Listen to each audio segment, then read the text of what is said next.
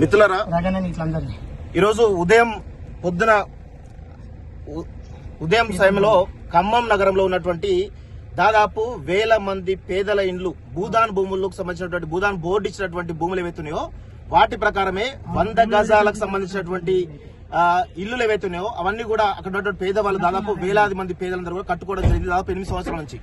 ఈరోజు మేము అక్కడికి ఈరోజు పొద్దున అక్కడ ఉన్నటువంటి స్థానికంగా ఉన్నటువంటి మంత్రి తుమ్మల నాగేశ్వరరావు గాని, పొంగులేటి శ్రీనివాసరెడ్డి గాని వీళ్ళందరూ కలిసి అక్కడ భూదాన్ భూములు ఏవైతున్నాయో వాటన్నింటినీ కూడా అక్కడ పేద ప్రజలు ఎవరైతే ఉన్నారో వాళ్లను కంప్లీట్ గా ఆ ఇళ్లను కూల్చివేసినటువంటి సంఘటన గురించి మేము రిపోర్ట్ చేయడానికి వెళ్తుంటే పోలీసులు మమ్మల్ని అడ్డుకొని నకరికల దగ్గర అరెస్ట్ చేయడం జరిగింది. సో దయచేసి తెలంగాణ సమాజమా గమనించండి, రేవంత్ రెడ్డి ప్రభుత్వం ఎంత దుర్మార్గంగా వ్యవహరిస్తుందో ఒక్కసారి గమనించాల్సిందిగా మేమైతే కోరుతా ఉన్నాం. సో మమ్మల్ని ఎక్కడికి తీసుకెళ్తున్నారో కూడా తెలియని పరిస్థితి కనబడతా ఉంది. మొత్తానికైతే toll gate Nakrekal toll gate నుంచి ఎక్కడికో తీసుకెళ్తున్నట్టుగా అయితే తెలుస్తా ఉంది. దయచేసి తెలంగాణ సమాజం మొత్తం కూడా దీనిపైన గమనించాలని చెప్పేసి మేము కోరుతా ఉన్నాం. Thank you.